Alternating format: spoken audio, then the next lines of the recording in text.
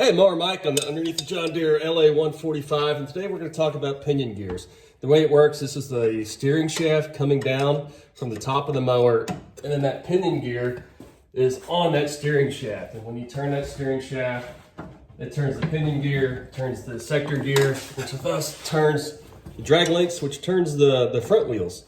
So a lot of times what happens, the failure point on these is this pinion gear gets stripped out, and a lot of times you can get by with just replacing the pinion gear and not the drag links and not the sector gear, which is a much larger task. I've got a link to my channel where I replace everything. But today let's just talk about if you just need to replace this pinion gear, you'll see it gets stripped out on those gears. So the first thing you do, it's just a lock nut right on here.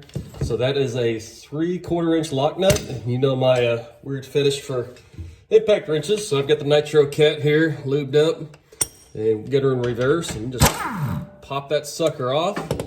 Now, a lot of people online are going to take a hammer to this shaft. Do not do that. That's a threaded shaft. You never take a hammer to the end of a threaded shaft. So what I like to do is to come up top and you grab that steering wheel with a firm grip, and then you just do a quick jerk of the wrist up, and it's going to pop out that pinion gear, the old one. So it slid out, and then also you've got this little bushing here, and your new pinion gear should come with a new bushing, and that's how you remove it with an impact wrench. Now let's say you don't have an impact wrench for whatever reason. Maybe you're some shade tree mechanic out in Appalachia somewhere. I don't know your story, but you don't have one.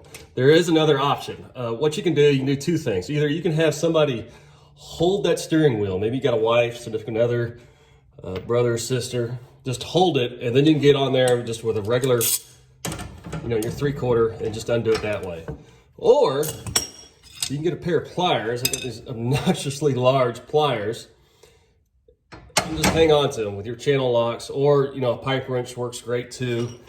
And then you just get underneath here, and you just take that nut off, just the same as we did with that impact wrench. That lock nut doesn't really lock anymore.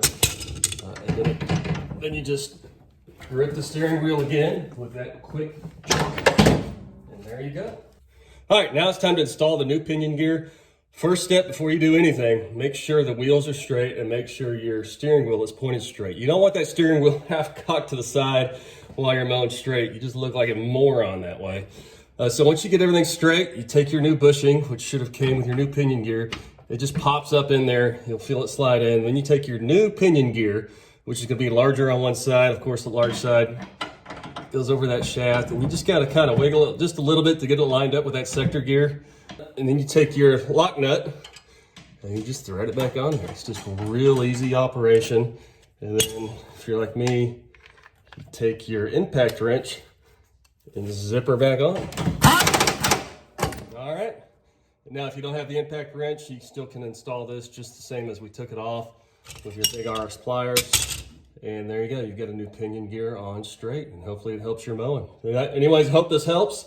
Please subscribe if you like it, and let's have some more fun. Mower Mike's out.